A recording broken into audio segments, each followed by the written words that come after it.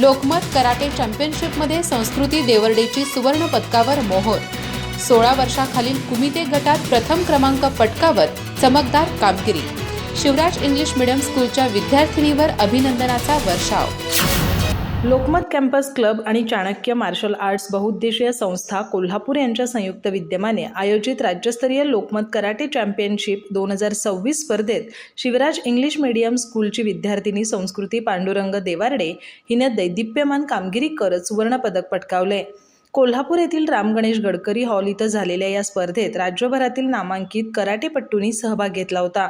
16 वर्षाखालील वजनी गटातील कुमिते प्रकारात संस्कृतीने उत्कृष्ट तंत्र, चपळता आणि कौशल्याच्या जोरावर प्रतिस्पर्ध्यांवर मात करत प्रथम क्रमांक पटकावला.